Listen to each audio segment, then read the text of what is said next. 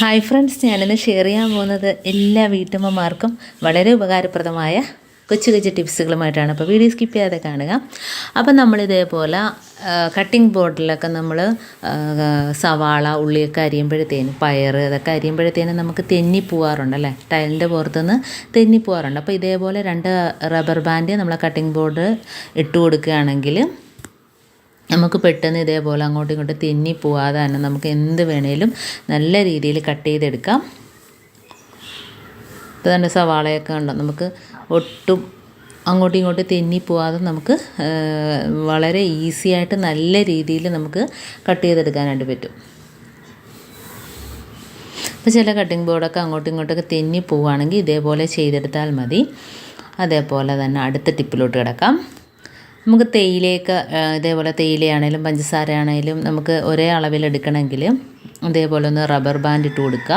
അപ്പോൾ നമുക്ക് ഒരേ അളവിൽ തന്നെ കിട്ടും കേട്ടോ. അപ്പോൾ അതിനായിട്ട് നമ്മൾ ഇതേപോലെ കുപ്പിക്കകത്ത് റബ്ബർ ബാൻഡ് ഇട്ട് കൊടുക്കുക കേട്ടോ.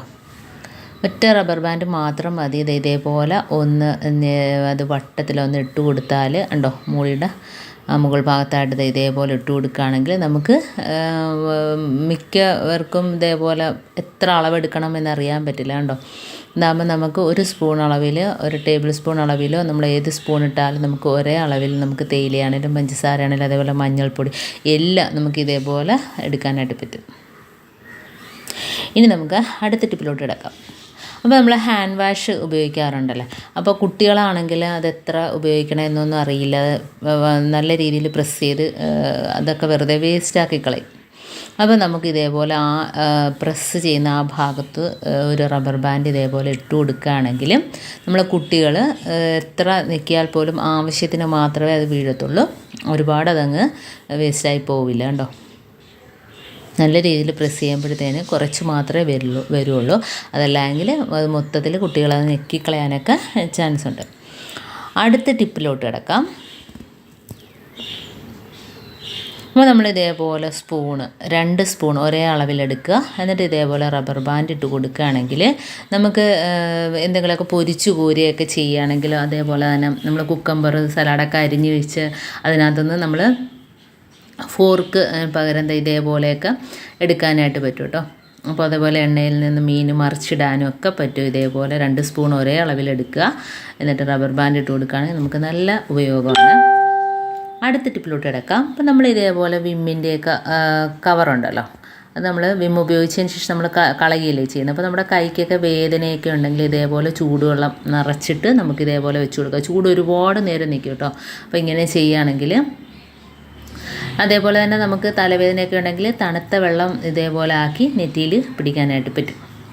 അടുത്ത ടിപ്പെന്ന് പറഞ്ഞാൽ നമ്മൾ ഇതേപോലെ ബൗളിനകത്ത് കറിയൊക്കെ ഒഴിക്കുമ്പോൾ ഇതേപോലെ കൊച്ചു സ്പൂണൊക്കെ ഇടുമ്പോഴത്തേന് അത് മുങ്ങിപ്പോവാറുണ്ടല്ലേ.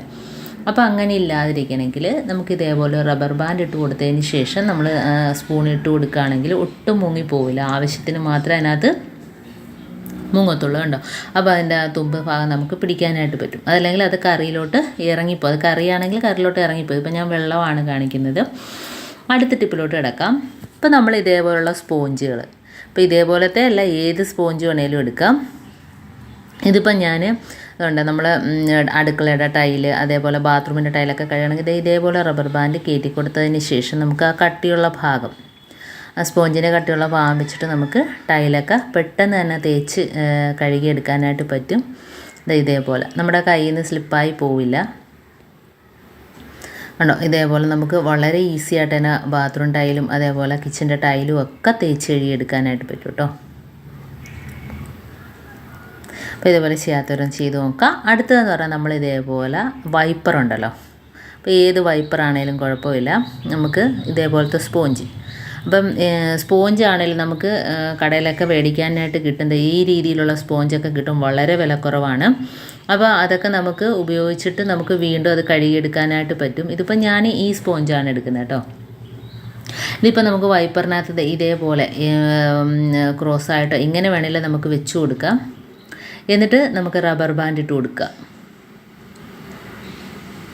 അപ്പോൾ ഞാൻ നേരത്തെ പറയണക്ക് ഏത് സ്പോഞ്ച് വേണേലും എടുക്കാം, വൃത്തിയുള്ളതായിരിക്കണം. അപ്പോൾ കാരണം നമ്മൾ ഇത് ഉപയോഗിച്ചതിന് ശേഷം വീണ്ടും നമ്മളിത് കഴുകി നമുക്ക് ഉപയോഗിക്കാവുന്നതാണ്. അപ്പോൾ വൈപ്പർ ഈ രീതിയിൽ വെച്ചിട്ട് വേണം നമ്മൾ സ്പോഞ്ച് വെച്ച് റബ്ബർ ബാൻഡ് ഇട്ട് കൊടുക്കാൻ. കണ്ടോ? അപ്പം നമുക്ക് ഫാൻ തുടയ്ക്കാനും ചിലന്തി വല അടിക്കാനും അതേപോലെ നമ്മുടെ AC ഒക്കെ തുടയ്ക്കാൻ, നമ്മുടെ തറ തുടയ്ക്കാനും, നമുക്ക് വയ്യാത്തപ്പോഴൊക്കെ തറയൊക്കെ തുടച്ചെടുക്കാം. നമുക്ക് തൂക്കുകയും തുടയ്ക്കുകയും രണ്ടും ചെയ്യേണ്ട, ഏതെങ്കിലും ഒന്ന് ചെയ്താൽ മതി. ഈ രീതിയിൽ നമുക്ക് നല്ല തുടച്ച കണക്ക് തന്നെ കിട്ടും കേട്ടോ. അപ്പോൾ ഏത് സ്പോഞ്ച് വേണമെങ്കിലും വെച്ച് കൊടുക്കാം. ഞാനതാ കാണിച്ചത്. ഇപ്പം ഞാൻ ഈ സ്പോഞ്ചാണ് വെച്ച് കൊടുക്കുന്നത്. ഇതിപ്പോൾ ഒരേ അളവിലാണെങ്കിൽ അത്രയും നല്ലതായിരിക്കും കേട്ടോ. അതിപ്പോൾ എൻ്റെ 2 സ്പോഞ്ച് ചെറുതായിപ്പോയി. അപ്പോൾ ഈ നല്ല ടൈറ്റായിട്ട് ഇതേപോലെ റബ്ബർ ബാൻഡ് ഇട്ട് കൊടുക്കുക. അപ്പോൾ നമുക്ക് വളരെ എളുപ്പത്തിൽ തന്നെ ചെയ്ത് തീർക്കാൻ പറ്റും. കാരണം വീട്ടമ്മമാർക്ക് ജോലിയൊക്കെ കഴിഞ്ഞിട്ട് നമുക്കൊന്ന് തൂത്ത് തുടയ്ക്കണമെങ്കിലൊക്കെ നമുക്ക് ഫാനൊക്കെ മേളിൽ കയറിയൊന്നും പറ്റില്ലല്ലോ. അപ്പോൾ താഴെ നിന്നുകൊണ്ട് തന്നെ നമുക്ക് ഫാൻ്റെ മുകൾ ഭാഗം, AC-യുടെ മുകൾ ഭാഗമൊക്കെ നല്ല രീതിയിൽ തുടച്ചെടുക്കാം. കാരണം പ്രത്യേകിച്ച് ഇത് സ്പോഞ്ചാണ്, തുണിയൊന്നുമല്ല. നമുക്ക് അതുകൊണ്ട് നല്ല ക്ലീനായിട്ട് കിട്ടും. ഇനി നമുക്ക് ഇതിനകത്ത് വേണമെങ്കിൽ ചെറിയൊരു സൊല്യൂഷൻ റെഡിയാക്കി നമുക്ക് വേണമെങ്കിൽ സ്പ്രേ ചെയ്തിട്ട് തുടയ്ക്കാം, നല്ലൊരു മണത്തിന് വേണ്ടിയിട്ട്. കാരണം ചിലന്തി വലയൊക്കെ അടിക്കാനുണ്ടെങ്കിൽ തന്നെയും ഈ ഒരു സൊല്യൂഷൻ റെഡിയാക്കുകയാണെങ്കിൽ നല്ലൊരു മണമായിരിക്കട്ടെ. ഇതിപ്പോൾ ഞാൻ വേറെ ഒന്നുമല്ല ചെയ്യുന്നത്, കുറച്ച് വെള്ളത്തിനകത്ത് ഒരു സ്വല്പം കംഫർട്ട് ഒഴിച്ചു കൊടുക്കുകയാണ്. അപ്പോൾ നല്ലൊരു മണം നമ്മുടെ റൂമിലൊക്കെ കിട്ടും ഇത് വെച്ച് തുടയ്ക്കുമ്പോഴത്തേനും. അപ്പോൾ അതിനായിട്ട് അതൊഴിച്ച് കൊടുക്കുക. ഇതല്ലെങ്കിൽ നമുക്ക് കർപ്പൂരം പൊടിച്ചിട്ട് നമുക്കൊരു സൊല്യൂഷൻ റെഡിയാക്കാം, വിനാഗിരി വെച്ചിട്ട് ഉണ്ടാക്കാം. അപ്പോൾ അങ്ങനെയൊക്കെ ആകുമ്പോഴത്തേന് ചിലന്തിയുടെയൊക്കെ ശല്യങ്ങൾ കുറഞ്ഞ് കിട്ടും കേട്ടോ. മാറാലയൊന്നും പെട്ടെന്ന് പിടിച്ച് വരില്ല. കാരണം നമ്മൾ ആ ഒരു സ്മെല്ലടിച്ചിട്ട് ചിലന്തിയൊക്കെ കൂട് കൂട്ടത്തില്ല. അപ്പോൾ ഇതേപോലെ ചെറുതായിട്ടൊന്ന് സ്പ്രേ ചെയ്ത് കൊടുത്തേ ഉള്ളൂ. ഇതൊന്നും ഇല്ലാതെ തന്നെ നമുക്ക് വെള്ളം നനയാതെ തന്നെ നമുക്ക് തുടച്ചെടുക്കാവുന്നതേ ഉള്ളൂ. എന്നിപ്പോൾ ഞാനിതാണ്ട് ചെറിയ രീതിയിലൊന്ന് ആക്കി കൊടുത്തിട്ടുണ്ട്. അപ്പോൾ നമ്മുടെ AC-യുടെ മുകൾ ഭാഗമൊക്കെ തുടച്ചെടുക്കാനൊക്കെ വളരെ ബുദ്ധിമുട്ടായിരിക്കും അല്ലേ. അപ്പോൾ ഇതേപോലെ സ്പോഞ്ച് വെച്ച് ചെയ്യുകയാണെങ്കിൽ നമുക്ക് പെട്ടെന്ന് തന്നെ എല്ലാം ക്ലീനാക്കി എടുക്കാം. അതുമാത്രമല്ല നമുക്ക് കഴുകിയെടുക്കുന്നതിനും പ്രയാസമില്ല. സ്പോഞ്ച് എല്ലാം കഴിഞ്ഞിട്ട് കഴുകി വെയിലത്ത് വെച്ച് ഉണക്കിയെടുക്കാം. അപ്പം വീണ്ടും നമുക്ക് ഇതേപോലെ ഉപയോഗിക്കാനായിട്ട് പറ്റും. അപ്പോൾ നമ്മുടെ ഫാൻ്റെ മുകൾ ഭാഗം അതേപോലെ തന്നെ ഫാൻ്റെ താഴ്ഭാഗം ഒക്കെ നല്ല രീതിയിൽ ക്ലീനായിട്ട് ഇട്ടു കേട്ടോ. അപ്പോൾ എല്ലാവരും ഇങ്ങനെയൊന്ന് ചെയ്ത് നോക്കുക. വളരെ ഈസിയാണ്. നിസ്സാര സാധനങ്ങൾ വെച്ചിട്ട് നമുക്ക് വീട്ടമ്മമാർക്ക് വളരെ എളുപ്പത്തിൽ ക്ലീനാക്കി എടുക്കാനായിട്ട് പറ്റും. അപ്പോൾ മുകളിൽ കയറേണ്ട ആവശ്യമൊന്നുമില്ല. അപ്പോൾ ഞാൻ ഇടയ്ക്കിടയ്ക്ക് ഇതേപോലെ ക്ലീൻ ആക്കാറുള്ളത് കൊണ്ട് തന്നെ വലിയ പൊടിയും അഴുക്കും ഒന്നും തന്നെ ഇല്ല. നമുക്ക് തന്നെ ജോലി ഒതുങ്ങിയതിന് ശേഷം വളരെ ഈസി ആയിട്ട് ചെയ്യാവുന്നതേ ഉള്ളൂ. ഉണ്ടോ ഫാൻ്റെ എല്ലാ ഭാഗവും. അതേപോലെ തറയൊക്കെ നമുക്ക് വളരെ ഈസി ആയിട്ട് തുടച്ചെടുക്കാം കേട്ടോ.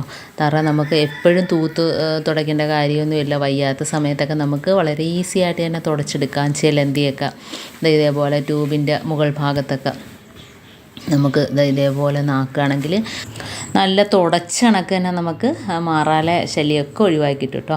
അപ്പോൾ എല്ലാവരും ഇങ്ങനെ ചെയ്ത് നോക്കുക. അതേപോലെ നമ്മുടെ ഷോക്കേഴ്സിൻ്റെ മുകൾ ഭാഗത്തൊക്കെ തുടച്ചെടുക്കാൻ നല്ല ഈസി ആയിട്ട് തന്നെ നമുക്ക് തുടച്ചെടുക്കാനായിട്ട് പറ്റും. കണ്ടോ? അപ്പോൾ ഇതേപോലെ തട്ടിൻ്റെ പുറം അതേപോലെ അലമാരയുടെ പുറം ഒക്കെ നമുക്ക് ഇതേപോലെ അങ്ങാക്കിയാൽ മതി. എല്ലാ അഴുക്കും പൊടിയെല്ലാം ഇങ്ങനെ വരും. ഇതിപ്പോൾ ഞാൻ ഇടയ്ക്കിടയ്ക്ക് ഇങ്ങനെ ചെയ്യാറുള്ളതുകൊണ്ട് വലുതായിട്ട് അഴുക്കും പൊടിയൊന്നും ഇല്ല.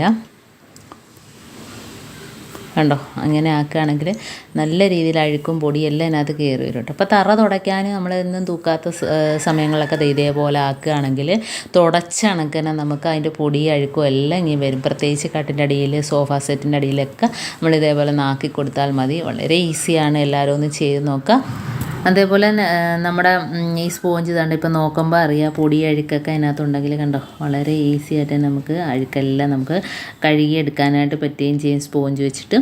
അതേപോലെ നമ്മൾ ഇതേപോലെ കയ്യിൽ തുണി ഉണ്ടെങ്കിൽ കണ്ടോ നല്ല സ്പോഞ്ച് കണക്കത്തെ നല്ല ടവലൊക്കെ ഉണ്ടെങ്കിൽ നമുക്ക് വൈപ്പറിനകത്ത് റബ്ബർ ബാൻഡ് ഇട്ട് കൊടുത്തതിന് ശേഷം നമുക്ക് ഇതേപോലെ തന്നെ AC-യും മുകൾ ഭാഗവും എല്ലാം നമുക്ക് തുടച്ചെടുക്കാനായിട്ട് പറ്റും കേട്ടോ. അപ്പോൾ ഇതേപോലെ സ്പ്രേ ചെയ്ത് കൊടുക്കണമെങ്കിൽ ചെയ്ത് കൊടുക്കുക, അതില്ലെങ്കിൽ വേണ്ട.